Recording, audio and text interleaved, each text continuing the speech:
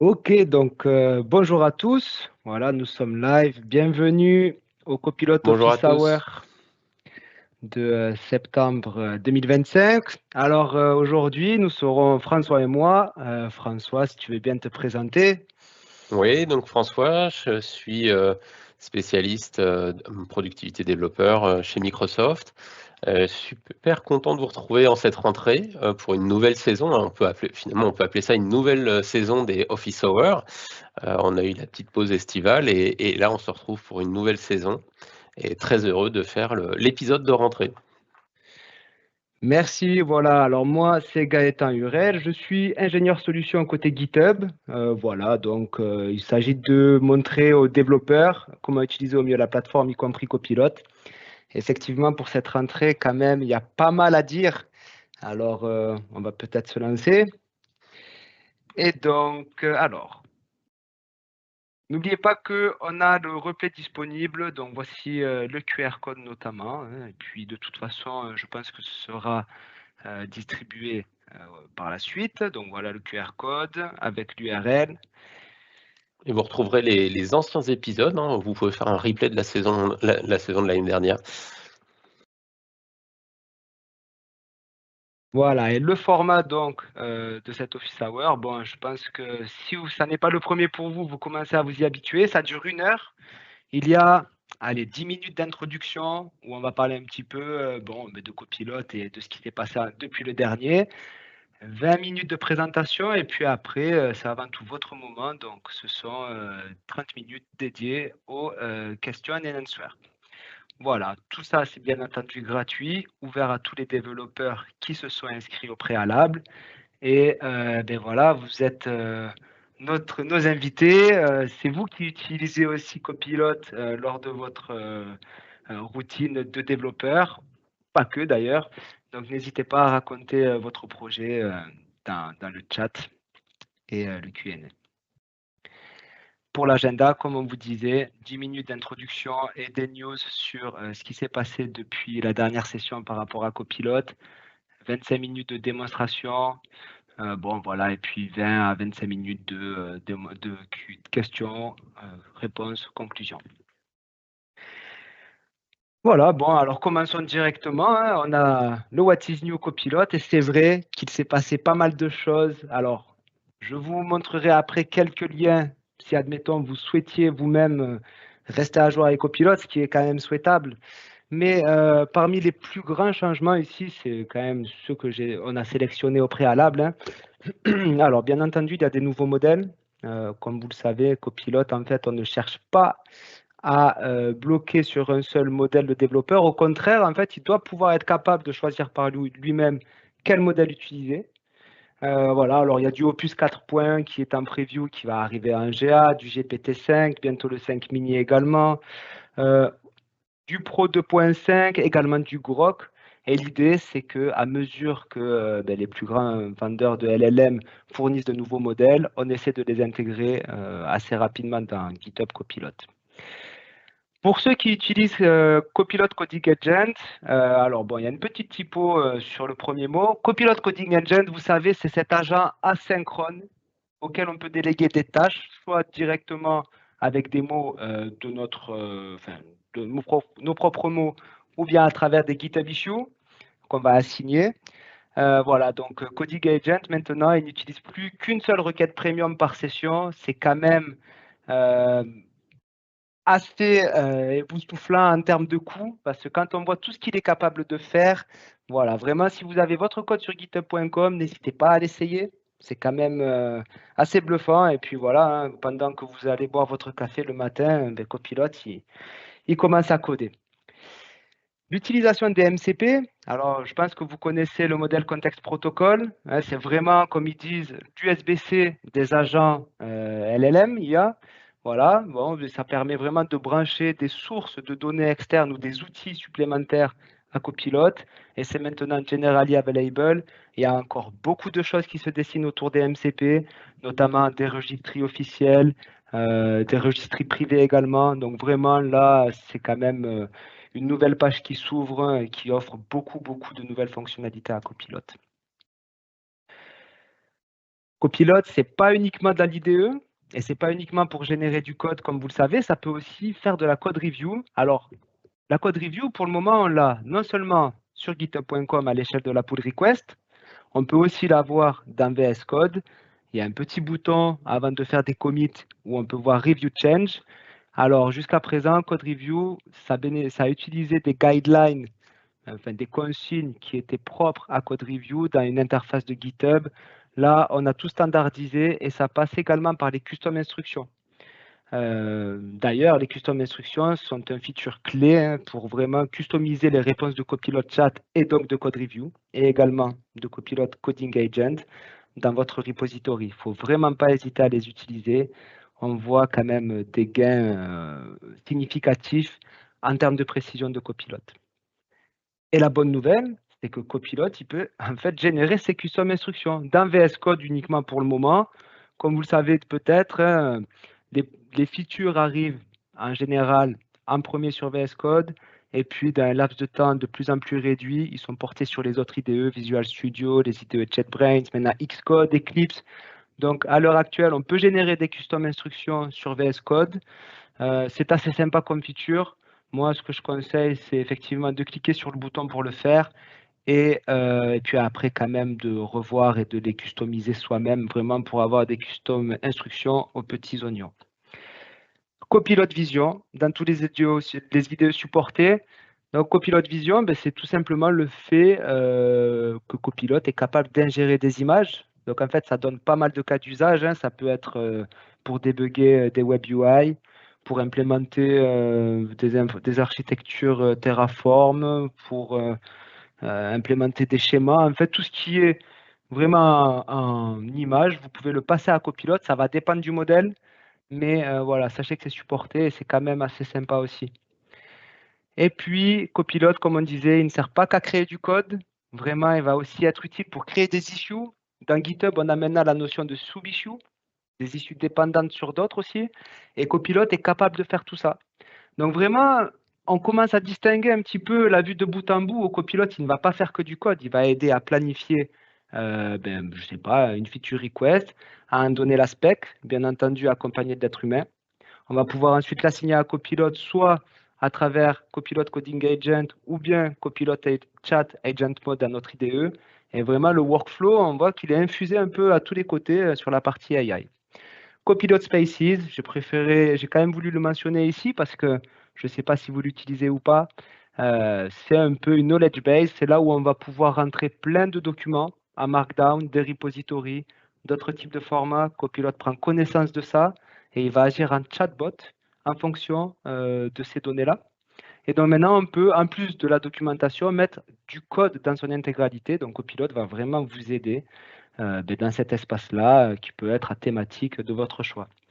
Et pour les utilisateurs de GitHub Spark, ceux qui ont pour l'instant Copilot Pro Plus, bon, je ne sais pas si vous avez eu l'occasion de jouer un petit peu avec. C'est quand même très sympa aussi. Donc là, c'est vraiment le futur disons que c'est le futur du développement en termes d'IDE orienté Copilot, où on va vraiment donner un prompt et ça va non seulement vous fournir du code, mais en plus le déployer sur le runtime de Spark.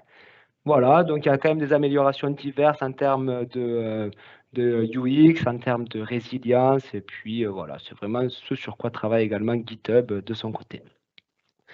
Avant de continuer, juste par précision, n'oubliez pas que vous pouvez souvent regarder le changelog de GitHub. Donc, il y a un changelog qui vraiment recense l'ensemble des nouveautés sur GitHub. C'est quand même à une cadence assez poussée. Si vous voulez vous focaliser sur Copilot, choisissez ce filtre-là et vous verrez qu'il y a beaucoup de choses. Il y a aussi les blog posts concernant GitHub Copilot qui sont sympas. Et pour les utilisateurs de VS Code, ce que je recommande vraiment, c'est chaque mois, prenez le temps de lire les monthly updates. Il y en a à peu près une par mois parce qu'il y a vraiment, c'est la Bible, entre guillemets, des nouveaux features qui arrivent dans Copilot, avec généralement des vidéos miniatures qui vous montrent ces nouvelles features.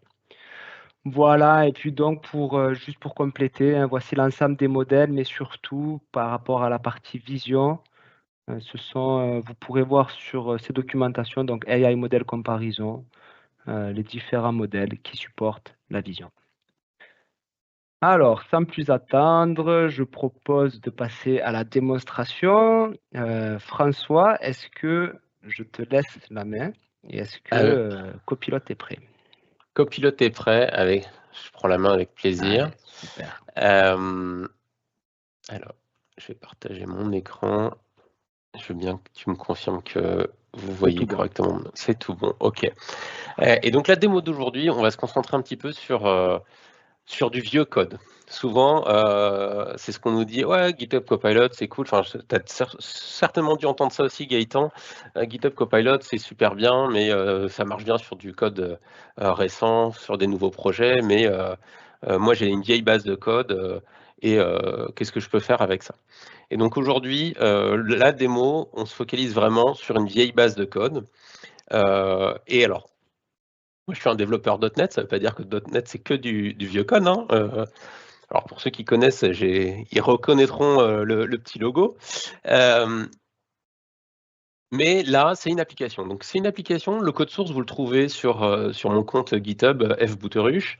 C'est l'application Car Rental. C'est une application Windows Form. Une bonne vieille application Windows Form, donc une application desktop que vous pouvez retrouver. Et l'objectif pour moi, c'était de faire cette démo sur, vous voyez, une application qui existe. Il y a un projet avec les contrôleurs, avec différents modules, plusieurs fonctionnalités. C'est une vraie application. Alors pour la petite histoire, parce que j'ai mis du temps à trouver une application qui est assez consistante, c'est une application que j'ai trouvée en open source sur GitHub, donc en licence MIT bien évidemment, et qui était en portugais, parce que c'est des Brésiliens, donc tout était écrit en portugais. Et alors pour la démo, c'était pas très utile. Donc j'ai utilisé Copilot pour retraduire tout le code source en anglais. Donc ça, c'était bon, juste pour la petite histoire. Et vous voyez, là, imaginons, on se met dans un contexte. J'arrive dans une entreprise et on me dit, ouais, François, il faut faire de la maintenance sur cette application qui est un peu legacy. On a perdu un peu le contexte. Si on regarde, si je prends la vue Explorer de Visual Studio, hein, donc là, je suis dans Visual Studio 2022. Alors, je suis dans la version preview de Visual Studio 2022, donc un peu comme si vous utilisiez VS Code Insider. Hein, il y a quelques features d'avance, mais c'est ce que vous allez obtenir dans la version standard. Donc, j'ai pas de README file hein, dans ce projet. Donc, la première chose que je vais regarder, c'est certainement d'aller regarder le README file. Bon, là, il n'y en a pas. Donc, moi, mon habitude dans ce genre de situation, c'est de cliquer sur le bouton Start pour voir déjà si l'application, elle démarre. Donc là, j'appuie sur le bouton Start. C'est en train de compiler. C'est souvent une bonne habitude hein, de voir si l'application démarre quand même. Exactement. Donc là, l'application, c'est une application desktop. Elle a l'air de vouloir démarrer. Ça, c'est super cool. Donc, elle démarre avec un écran d'authentification. Je confirme. Et eh bien, là, ça a l'air de ne pas démarrer. Il y a l'air d'avoir quelque chose qui se passe. Donc, j'ai mon profiler qui est en train de s'exécuter. J'ai une exception. OK. Donc, hop, ah oui, alors mon écran, comme j'ai baissé la résolution, excusez-moi, il faut juste que je prenne mes habitudes pour que vous voyez. Et donc là, j'ai une exception dans le code, il se passe quelque chose. Et là, dans ma fenêtre d'exception, comme j'ai Copilot installé, ça pour les gens qui connaissent bien Visual Studio, et ben, en plus de pouvoir aller voir la call stack et ce genre de choses, j'ai Analyze with Copilot. Donc là, je vais pouvoir cliquer sur Analyze with Copilot. Et en fait, dans ma fenêtre Copilot, il récupère un maximum d'informations sur le contexte du debugger. Il essaie d'accéder à des fichiers, bon, certains, ça ne fonctionne pas. Et il me fait une analyse de la root cause du problème. Donc, il m'explique le problème. Donc là, il y a un problème avec une exception SQL. Donc, c'est un problème de connexion à la base de données. Il m'explique pourquoi j'ai ce problème-là. Et donc là, il me dit, bah, l'erreur, elle signifie que soit la base de données n'existe pas, soit mon compte, il n'y a pas accès, donc il me donne différentes explications. Donc là, effectivement, je pense que c'est un problème sur le fait que je dois avoir une base de données. Bon, Bien évidemment, la base de données, je l'ai déjà préparée parce que sinon, il n'y a pas trop de sens à la démo. Je vais juste la renommer avec le bon nom. Mais vous voyez déjà, j'ai Copilot dans le debugger qui vient m'expliquer un peu ce qui se passe dans les debuggers. Parce que des fois, le debugger de Visual Studio il est très complet, il donne plein d'informations, mais c'est un peu touffu. Et donc, du coup, Copilot peut déjà m'aider à rentrer un peu plus dans le code et comprendre que, ah bah ouais, bah, tu as oublié de créer la base de données parce qu'on est sur une application desktop qui a besoin d'une base de données. Et donc là, normalement, si j'ai pas d'effet démo, cette fois-ci, ça va bien se passer. Donc ça, c'est première étape pour ah oui, forcément, l'application. Alors, est-ce que vous voyez la fenêtre de l'application? Oui, on la voit. Ok, bon, vous voyez, c'est une application magnifique, old school, comme on les faisait il y a quelques années. Mais l'application, elle fonctionne bien. Donc, mon application, elle démarre. GitHub Copilot m'a déjà donné un peu d'aide. Donc maintenant, je le disais, je n'ai pas de README. Donc, ce que je peux faire, c'est lui demander.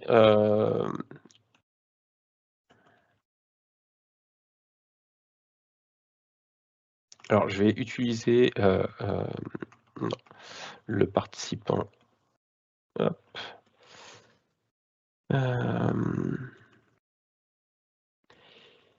Ok. Je me mélange, excusez-moi, entre VS Code et Visual Studio. Can you analyze code and create README file? Donc, je vais lui demander, finalement, d'analyser ma solution et de me générer un README file pour mon projet, ce qui va, moi, m'aider. Et donc, vous voyez, là, il commence à aller analyser les différents CS-Proj. Donc, il connaît Visual Studio, il sait qu'il n'est pas dans VS Code, par exemple. Donc, il utilise le contexte de Visual Studio pour savoir qu'en fait, une solution Visual Studio, c'est découpé en CS-Proj. Donc, il va directement chercher les CS-Proj. Il organise sa recherche. Donc, c'est ça aussi l'intérêt de Copilot, c'est il sait qu'il est dans Visual Studio, donc il va utiliser cette connaissance pour guider sa recherche et avoir des informations que potentiellement il n'aurait pas dans VS Code ou qu'il aurait d'une manière différente. Donc ça aussi, hein, c'est important de comprendre que GitHub Copilot, il s'appuie sur les capacités de l'IDE dans lequel on l'utilise. Donc là... Ah, Gaëtan, je t'entends plus. Est-ce que c'est mieux? Ouais, c'est mieux. Je disais notamment la toute première fonctionnalité que tu as montée. C'est reparti. Je suis désolé. Je ne sais pas ce qui se passe. Et donc là, il m'a créé le README file. Alors là, comme j'étais en mode ask, donc c'est important, ça c'est aussi quelque chose d'important. J'étais en mode ask ici dans mon IDE, donc il a vraiment fait ce que je lui demandais, mais il n'a pas créé le fichier. Il l'a vraiment fait dans le chat en me disant, bah voilà ce que je te propose. Donc là, je pourrais faire un apply. Et du coup, il va me proposer la création donc, du fichier README file et je peux lui demander de voir la preview. Mais là, forcément, hop là, voilà. Donc, il m'a créé un fichier README file. Regardons un petit peu ce que ça donne. Donc, il est quand même capable de se rendre compte, juste en analysant le code, que c'est une application Windows Form, que c'est une application de gestion de location de voiture, qu'elle est basée sur le .NET Framework 4.7.2, donc il trouve la version, que ça utilise du domain driven, donc il y a un moteur de pricing, il y a de la génération de factures en PDF, ça utilise Ado.NET Data Access, il décrit la structure de la solution, les fonctionnalités clés, il y a un Getting Started qui donne les requirements pour démarrer la solution. Donc, comment build and run la solution, comment lancer les tests. Donc, c'est vraiment un README file complet. Vous avez vu, j'ai juste demandé, regarde le code, analyse le code, écris-moi un README file. Et en quelques instants, on se retrouve avec un README file bien structuré qui va donner un point d'entrée sur la solution. Donc ça c'est important. Maintenant, le README file, j'ai tendance à dire que ça, c'est pour les utilisateurs humains.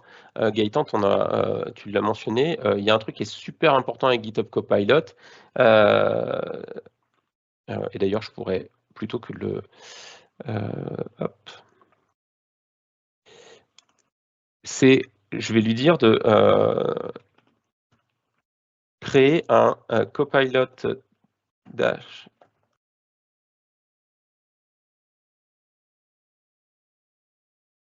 Et donc, je vais lui dire de créer un fichier Copilot instruction. Je fais pour lui, parce que je le tutoie. Et donc, du coup, il va créer un fichier Copilot instruction qui est plutôt le fichier qui va être utile pour lui. Donc ça, c'est aussi intéressant. Donc c'est ce fichier-là qu'on va pouvoir, alors là, je le laisse travailler, je vous montre où ça se place quand on veut le faire.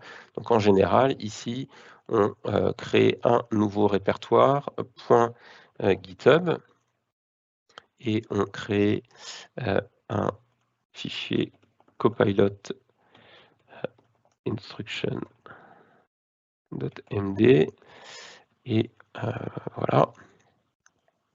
Et donc, si je retourne dans le chat, je peux tout simplement copier les données dans ce fichier-là. Et donc, l'intérêt de faire ça, vous voyez, dans un Copilot Instruction, il va se mettre des do not aussi pour se dire non, ça tu fais pas.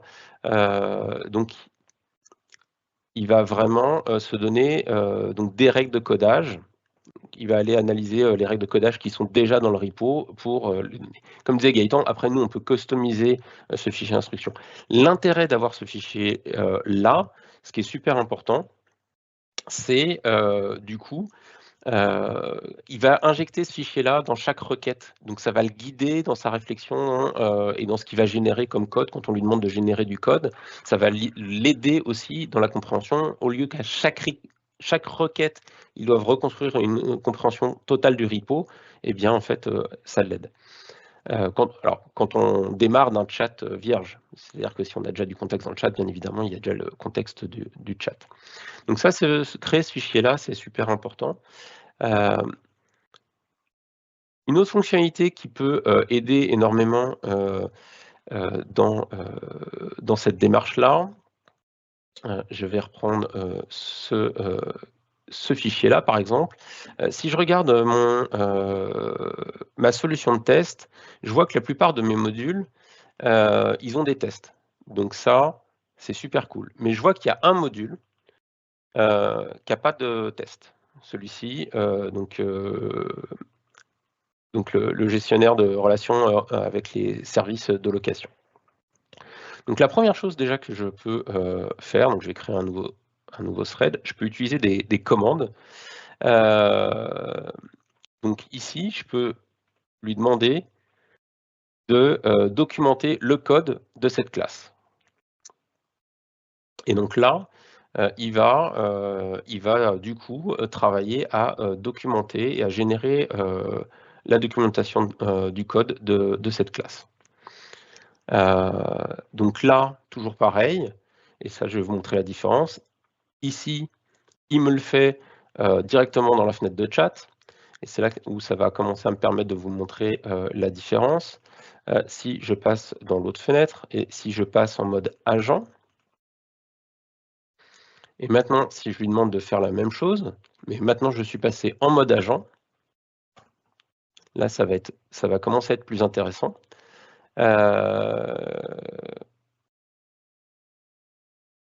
Ok, donc là, j'ai un effet démo, donc ça arrive, hein, je vais lui redemander. Toute bonne démo a au moins un effet démo. Ah ouais, voilà. C'est qu'il me demande, ok. Je te demande, ok. Donc là, j'ai un effet démo, voilà, il veut pas comprendre ce que je lui demande. Ça arrive. Ça arrive. Peut-être sans le slash doc, peut-être que le slash doc, ça lui permet... Ouais. Hop. Hop, et celle-ci, elle s'appelle Rental Service Relationship Controller. Hop. Voilà. Ah non, il veut pas. Non, non, aujourd'hui, il veut pas. Bon, ok. Donc là, j'en ai fait des mots, ça arrive.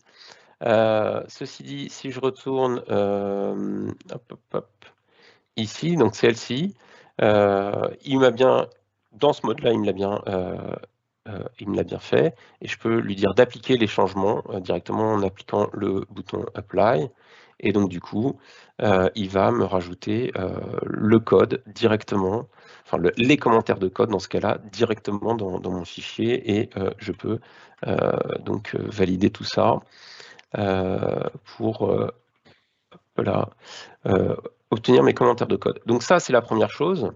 Il y a une autre commande que j'aime bien, c'est la commande test, puisque on a vu qu'il n'y avait pas de test unitaire pour cette commande-là. Donc cette fois-ci, je vais lui demander de faire, donc on va voir, je vais passer, parce que je veux juste voir si c'est pas ça le souci, je vais repasser sur mon modèle standard, GPT 4.1, et je vais lui demander cette fois-ci ici de me générer les tests pour cette classe. Donc là, il commence à réfléchir, vous voyez, là on est en mode agent, il commence par réfléchir, ok, qu'est-ce que je dois faire pour générer? Je vais créer une nouvelle classe de test, je vais la mettre dans Carental Test Project. Donc il annonce, c'est un peu comme au poker, il annonce ce qu'il va faire, et ensuite il le fait. Donc là, si je regarde ici, il a créé la classe, et il est en train d'écrire donc les tests.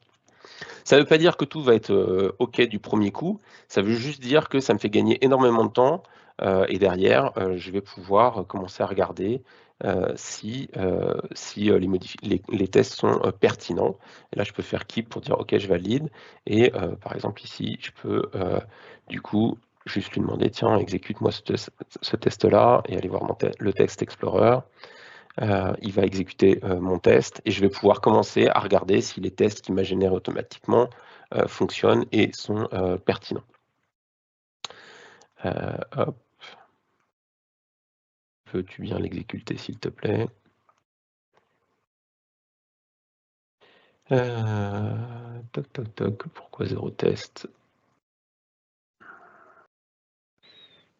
Dans certains cas, sur VS Code notamment, Visual Studio, j'imagine que ça doit être similaire. Copilot va lui-même lancer la commande de test, récupérer les résultats et itérer jusqu'à faire fonctionner les tests. Donc ça dépend aussi de la façon dont on prompt. Tout à Sur fait. Visual Studio, je ne suis pas sûr de savoir. On peut le faire. Alors là, typiquement, je suis dans un super use case où il a généré des tests. Bon, les 9 tests, ils sont en échec. Ceci dit, dans la fenêtre d'exploration des tests, j'ai encore Ask Copilot. Donc je peux hop. Je peux même lui demander. Non, alors là, je vais être en plein effet démo. Hop là.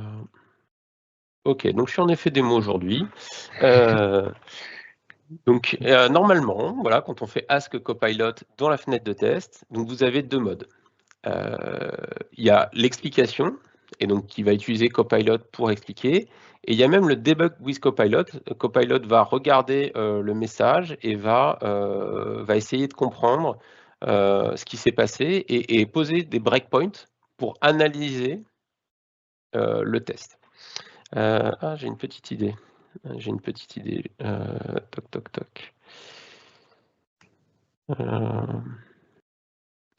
Bon, alors des fois, si les effets démo arrivent chez vous, moi j'ai observé qu'un bon reload de la Windows Visual Studio Code marchait. Voilà. Mais voilà, bon, on évite de le montrer tout le temps quand même. Voilà. Donc ça, c'est le premier, enfin c'est des étapes. C'est des étapes, hein, c'est live. Mais donc là, on a fait de la doc. On a généré les tests. Et maintenant, au-delà de ça, ce que je voudrais vous montrer, c'est aussi ce qu'on a pour la partie modernisation. On a des outils qui vont vous aider à mettre à jour des solutions .NET. Donc, on a le .NET Upgrade Assistant, donc ça qui vous permet de faire un rapport d'analyse d'une migration de .NET Framework vers la nouvelle version de .NET Core, le .NET Open Source. Et donc là, typiquement, pour ça, je peux utiliser donc l'upgrade. Et donc ça m'ouvre l'upgrade assistant. Je peux faire demander un nouveau rapport. Je lui dis oui, tu peux analyser tout le projet. Hop. Donc, ok, donc là, j'ai un effet démo complet parce que ça ne veut pas charger. Ok. Donc, peut-être un petit redémarrage de Visual Studio. Ouais, je vais redémarrer Visual Studio parce que là, manifestement, il a décidé de me faire des misères aujourd'hui. Ça marchait. On fait des répètes avant et forcément, pendant, c'est là que ça ne veut plus fonctionner. Donc, il y a deux choses. Parenthèse, pardon. Ouais, je t'en prie, Gaëtan. Il me semble que le .NET Upgrade Assistant, il y a une version similaire pour Java, hein, si c'est bien celui qu'utilise Copilot. Et voilà, juste pour ceux que ça intéresserait, parce que je trouve que c'est sympa, ça utilise derrière, il me semble, des bases de Open Rewrite, voilà, qui fournit en fait des sortes de récipients d'upgrade. Et vous pouvez regarder sur Internet, Open Rewrite, c'est assez sympa l'idée en fait, parce que c'est assez agnostique sur la façon de procéder à la mise à jour. Et Copilot va notamment servir de ça. Bon, il n'y a pas que ça. Hein. Ouais. Bon, voilà, c'était pour. Eh ben, tu avais raison, hein, dans le doute, reboot. Donc voilà, un petit reboot de Visual Studio plus tard. Donc là, le .NET Upgrade Assistant me permet de sélectionner les différents projets. Je fais un next, je peux lui dire vers quelle version de .NET, de la nouvelle version de .NET je voudrais aller. Pour l'instant, je suis conservateur, je vais aller sur une version LTS, donc la version 8. La prochaine LTS va sortir à la fin de l'année. Et ici, je lui demande de faire l'analyse. Ça prend quelques instants, hein, le projet n'est pas encore trop gros, donc ça va assez vite.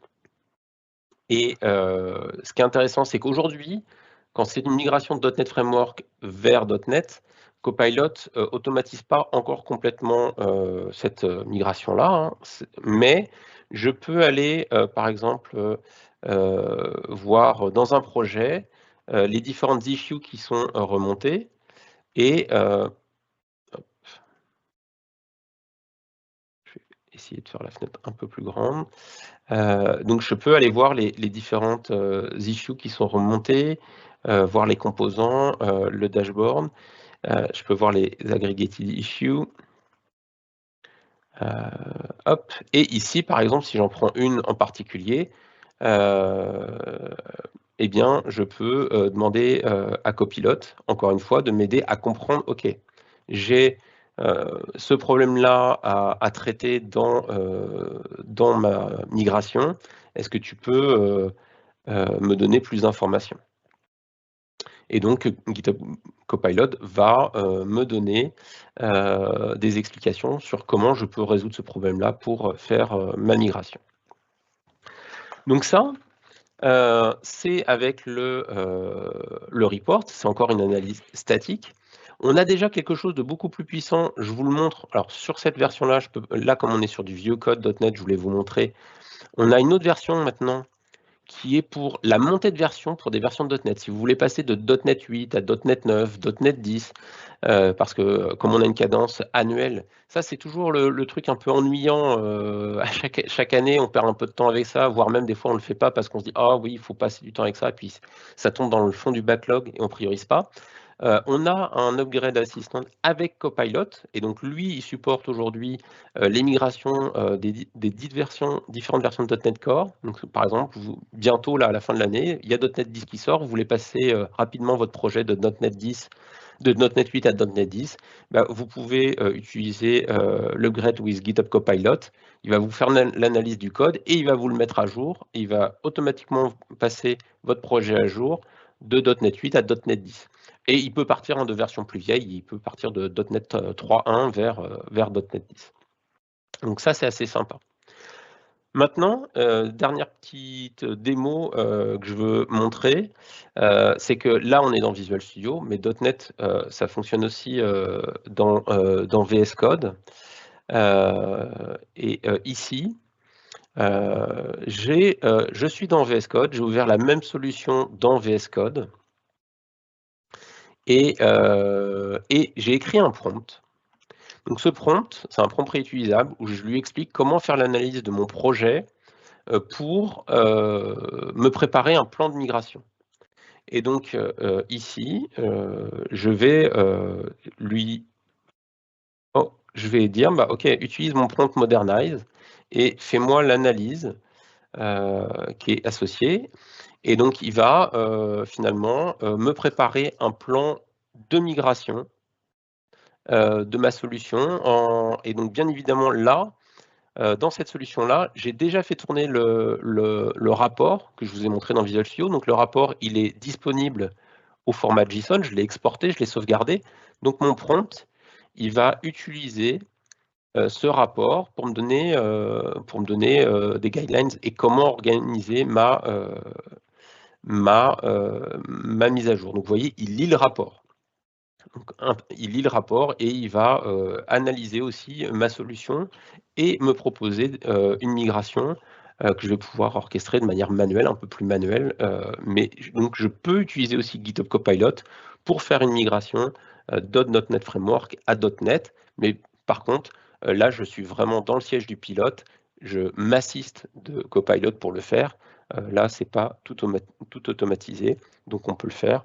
J'aime bien cette fonctionnalité des prompts réutilisables. Ça, je vous encourage vraiment à regarder aussi cette partie-là de Copilot, parce que ça vous permet des tâches que vous faites de manière assez répétitive. Vous écrivez un prompt pour dire voilà comment je fais mon analyse, voilà comment je veux que tu me fasses ma planification. Et plutôt que de refaire manuellement à chaque fois les mêmes tâches, bah, vous écrivez un prompt, vous décrivez comment vous faites le processus, vous réutilisez et ça vous gagne énormément de temps. Si je peux rajouter quelque chose au sujet des reusable prompts, en plus de vous faire gagner du temps, au final, ça devient des ressources partageables avec vos coéquipiers. Et je pense que c'est un peu, ça fait partie du futur de copilote et des agents LLM.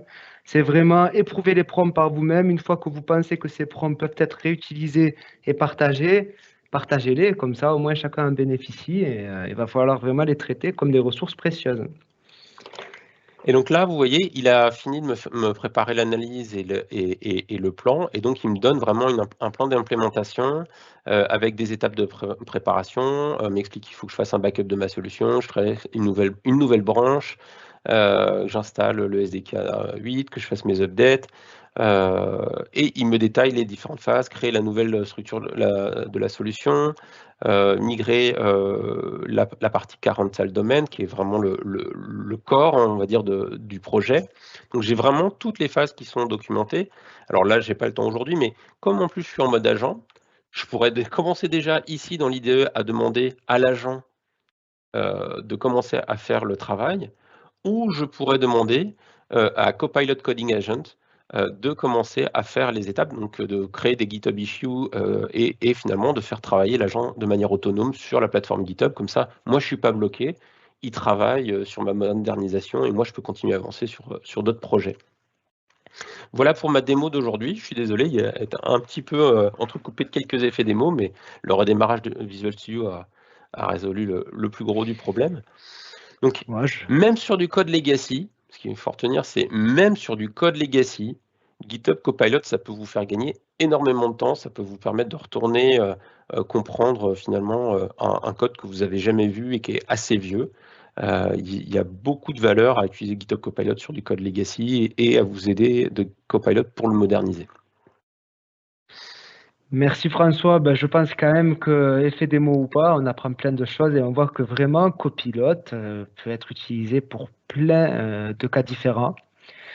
Alors, bon, on n'a pas forcément eu trop de questions, à part une où un utilisateur demandait si c'était globalement mieux d'utiliser Copilot. Enfin, est-ce que Copilot fonctionnait mieux sur VS Code que les autres IDE? Bon, ma réponse personnelle, ça n'était pas forcément, mais je ne sais pas si tu as un petit complément ou un avis sur ça. Alors moi, je pense qu'il ne fonctionne pas mieux sur VS Code. Je pense qu'il fonctionne bien dans l'IDE que vous utilisez. Je m'explique. Comme je l'expliquais tout à l'heure, dans Visual Studio, par exemple, il est intégré aux fonctionnalités de débugage de Visual Studio. Si vous faites des gros projets .NET, vous savez bien que le profiler de Visual Studio, le debugger de Visual Studio est plus avancé que celui de VS Code pour des projets .NET et C#. Et le fait que GitHub Copilot soit intégré, puisse aller récupérer le contexte du debugger pour vous aider à débugger. Enfin, quand j'utilise GitHub Copilot et je lui demande de débugger pour moi et qu'il analyse mon code, qu'il me pose des breakpoints, parce que lui aussi, il veut comprendre, donc il me pose des points d'arrêt dans mon code, il lance le code et il fait l'analyse de ce qui se passe à chaque breakpoint pour comprendre où est la root cause. Enfin, pour moi, ça n'a pas de prix. Mais par contre, si je suis un développeur web, j'imagine bien qu'il y a des choses, et un développeur JavaScript ou TypeScript, c'est bien plus intéressant d'utiliser GitHub Copilot dans VS Code que de l'utiliser dans Visual Studio. Donc, j'ai envie de dire, il marche bien dans l'IDE où vous êtes confort. Je suis tout à fait d'accord. Moi, je l'utilise dans VS Code et bon, c'est quand même un régal malgré des fois ces petits effets qui arrivent. On ne peut pas avoir une solution tout le temps 100% parfaite, mais quand on voit tout ce dont on est capable de faire lorsqu'on sait bien s'en servir, c'est quand même super. Alors, je pense qu'on peut passer aux questions. Je ne sais pas ce que tu en penses, François. Tout à fait. Allez. Alors là, le principe, c'est on reprend les questions. On a sélectionné certaines questions, il me semble, de l'ancien Office Hour ou bien entre l'Office Hour le précédent et celui-ci, celles qui étaient pertinentes ou qui pouvaient parler à le plus de monde possible. Donc voilà, on commence par la première. Alors, comment faire une revue de code avec GitHub Copilot? Eh bien, moi, ça ne me dérange pas de prendre celle-ci. Alors, c'est simple. En fait, on peut faire...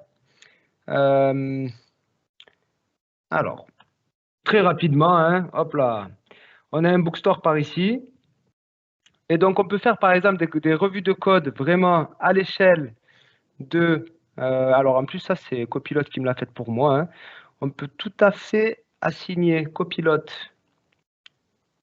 Mince. Il faut que j'y retourne, voilà, dans la conversation. Lorsque le code est sur GitHub, vous pouvez assigner Copilot en tant que reviewer.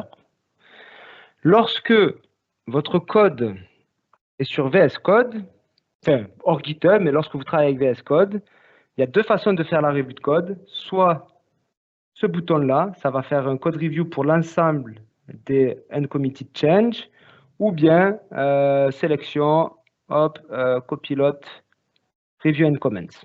Voilà, c'est à peu près les deux façons pour le moment, sachant que... Et ça, vous l'avez dans Visual Studio aussi. Eh bien voilà, pour la petite précision. donc, quoi, ça Visual va... Studio, vous avez la même expérience, vous pouvez faire une revue de code locale.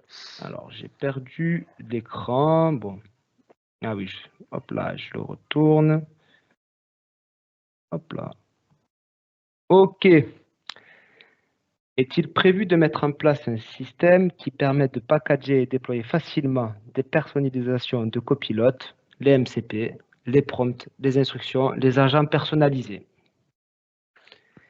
Alors, juste avant qu'on réponde à ces questions, aujourd'hui, enfin, non, c'est pas aujourd'hui, là, mais il y a la registry officielle publique des serveurs MCP qui a été annoncée par Oui. la communauté derrière le MCP.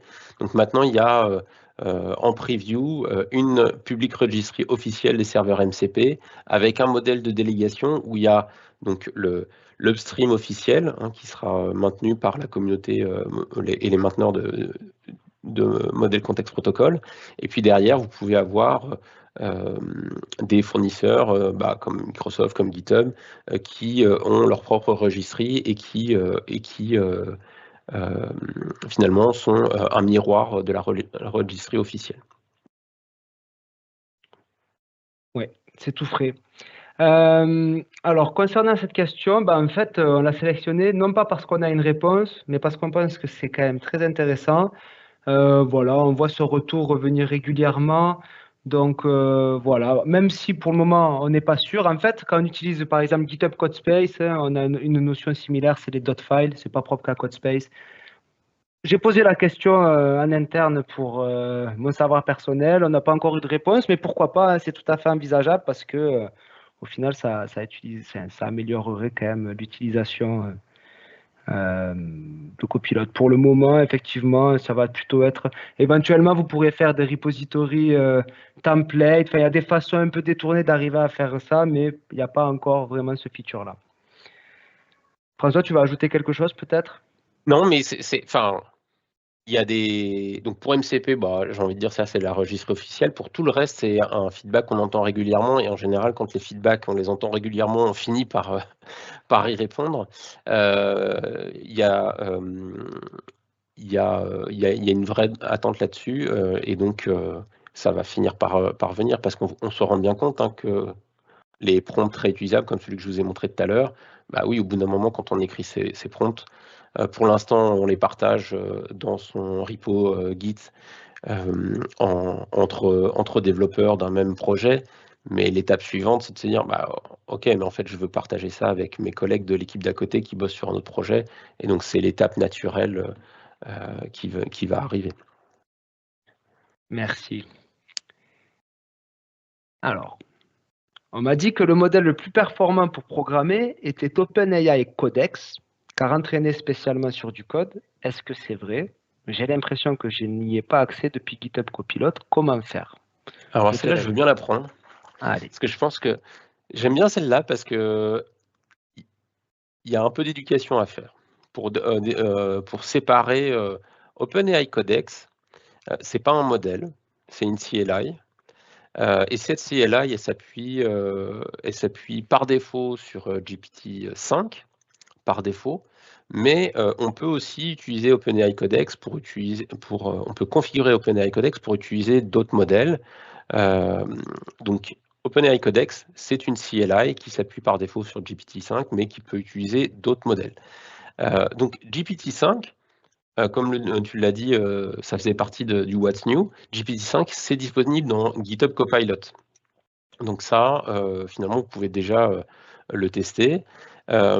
Et c'est aussi pour ça que GitHub Copilot, avec GitHub Copilot, on a fait le choix de mettre à disposition un ensemble de modèles, et pas juste un modèle, mais que vous ayez accès à un ensemble de modèles, parce que on ne sait pas quel.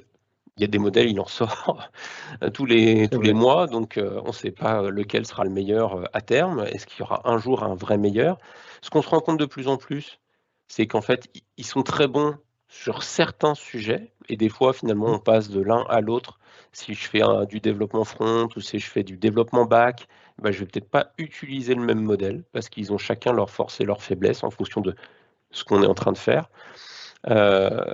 Donc, moi, c'est pour ça que je voulais répondre à cette question, c'est bien faire la distinction entre les outils que vous utilisez, les modèles sur lesquels ils se reposent, et ça c'est vraiment important. Et du coup, quand on parle de modèles, GitHub Copilot, c'est le choix qu'on a fait, c'est d'avoir un large panel de modèles pour que vous ayez le choix, en fait. Oui, c'est vrai, hein, parce qu'après, c'est ça, c'est aussi par la pratique que l'on décide, que l'on éprouve et que l'on voit quel modèle nous convient le mieux selon le cas d'usage. Question suivante, est-il possible d'utiliser des modèles locaux hosted on Azure? Alors moi, je vais juste dire que il y a effectivement une feature sur VS Code qui s'appelle le Bring Your Own Key. Il me semble qu'elle est à disposition pour les plans Copilot Individuals.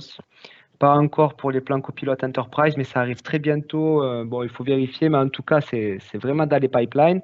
Donc, ce Bring Your Own Key là, ça permet effectivement de se brancher à plusieurs providers supplémentaires, notamment du Olama. Donc là, par exemple, ça serait du full local. Maintenant aussi, par rapport à Azure, je pense que c'est possible. Peut-être que François, tu peux compléter. Oui, tout à fait. Et en fait, dans les providers qui sont fournis, il y a Azure et iFoundry. Donc Azure et iFoundry, c'est un service Azure où vous pouvez déployer dans votre souscription votre modèle, enfin, votre ou vos modèles. Et donc, du coup, plutôt que d'utiliser les modèles fournis par Copilot, bien, vous utilisez le modèle que vous avez déployé dans votre instance Azure et iFoundry. Donc, soyons fous. On pourrait même imaginer que vous utilisez un modèle que vous avez fine-tuné dans votre souscription sur de la doc ou du code à vous. On peut imaginer ça en fait. À partir du moment où on s'ouvre la possibilité d'utiliser un modèle custom, vous pouvez faire ce que vous voulez de votre côté avec le modèle tant qu'il répond aux contraintes d'interface. C'est vrai que c'est une nouvelle porte qui s'ouvre, ça doit demander quand même pas mal de connaissances, mais le champ des possibles s'élargit. Alors, comment accélérer sa productivité avec GitHub Copilot pour des projets en data science? Use case 1, extraction, transformation et chargement des données. Use case 2, développement, test et revue de code. Alors, sans rentrer dans les détails, parce que la data science, c'est un peu un sujet qui me dépasse. Alors, peut-être que je vais chercher. Il faut savoir que, par exemple, il y a beaucoup de support qui est apparu pour, par exemple, les Jupyter Notebook dans Copilot. Voilà, donc, bon, alors là, on ne le voit pas forcément, d'ailleurs, peut-être. Oula, c'est un peu trop ancien. Alors, GitHub, alors Copilot, Jupyter, VS Code. Bon, voilà, je pense que si vous cherchez un petit peu, vous trouverez. Il y a quand même, voilà, vous pouvez créer des notebooks, on peut utiliser Copilot intégré avec des notebooks. Et là, vraiment, c'est pour ça que je préfère pas rentrer dans les détails, c'est que je pense que il y a de quoi faire, mais comme souvent, hein, Copilot, c'est pas magique. Pour pouvoir bien s'en servir, il faut connaître à minima ce sur quoi on travaille. Donc, je vous propose juste de regarder cette doc et d'essayer par vous-même. On peut passer peut-être à la suivante, à moins que François, tu es... Ah non, sur ce sujet-là, je te fais... Ouais. J'avoue que la data science, c'est moins mon truc. Voilà, est-ce que tu utilises Eclipse, François? Oui, Eclipse, j'ai utilisé. Alors, du coup, Eclipse, est-ce qu'on peut accéder aux anciennes sessions de chat? Normalement, ça arrive. Alors, comme je suis toujours un peu perdu dans les versions preview, pas preview, si ce n'est pas déjà dans la version générale, c'est en train d'arriver. Donc oui, vous allez pouvoir accéder aux anciennes sessions de chat dans Eclipse. C'est la fonctionnalité que j'utilisais. D'accord, ok. Juste pour vous dire d'ailleurs qu'il y a un changelog tout récent sur les nouveaux features de GitHub Copilot dans Eclipse. Il y a pas mal de choses qui sont arrivées, les custom instructions, le support d'image. Bon, j'ai pas vu les preview sessions, mais bon, faut quand même voir. Allez, question suivante. Quelles sont les différences de GitHub Copilot entre VS Code et Visual Studio Community 2022? Est-ce que ça t'intéresse de répondre? Alors, les différences de Copilot Visual Studio entre VS Code et... en fait, on revient à ce que je disais un petit peu tout à l'heure. Donc là, je vais rentrer dans le détail. Quand vous m'avez vu utiliser GitHub Copilot dans Visual Studio, je vous ai expliqué que quand il analysait ma solution pour faire le README, en fait, il sait qu'il est dans Visual Studio, enfin l'extension sait qu'elle est dans Visual Studio, elle sait qu'elle a accès à la surface d'API de Visual Studio et pas celle de VS Code. Donc, bien évidemment, la surface d'API de Visual Studio donne énormément d'informations sur le contexte d'une solution Visual Studio et des fichiers CSproj. Donc, l'analyse de l'agent, finalement, le comportement de Copilot va s'adapter finalement à l'IDE. Et c'est ça qui peut être... J'ai du mal à parler de quelles sont les différences de features, c'est plutôt quelles sont les différences de comportement, parce que finalement, Copilot va s'adapter aux outils auxquels il a accès.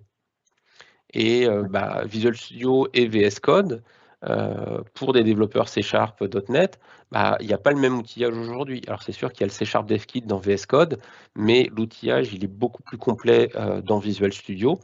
Et du coup, moi j'ai tendance à penser qu'on est plus confort à faire du .NET dans Visual Studio avec GitHub Copilot qu'à le faire dans VS Code.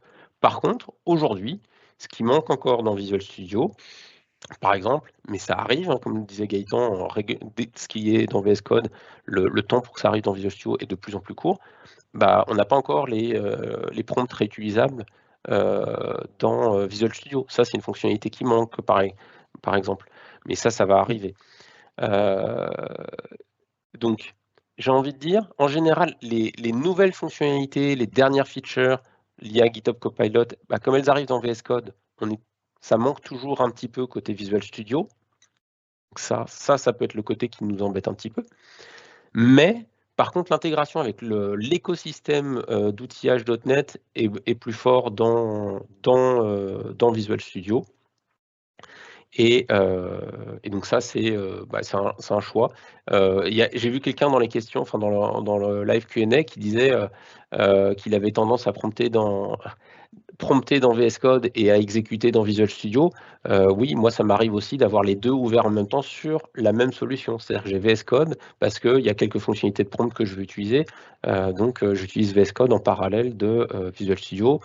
J'ai vu des gens faire ça aussi avec Eclipse, exécuter dans Eclipse, avoir des fonctionnalités dans Eclipse et en même temps prompter dans VS Code. Oui. Ça ne vous empêche pas d'utiliser les deux en parallèle.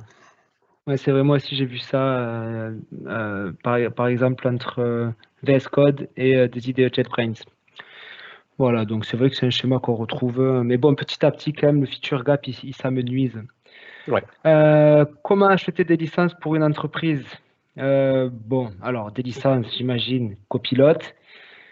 Alors déjà, les licences, c'est pas obligé que ce soit par rapport à une entreprise. Vous pouvez tout à fait acheter une licence à l'échelle individuelle. Maintenant, pour répondre à la question, il est tout à fait possible de... Alors, tout commence par Setting Up Trial, GitHub Enterprise.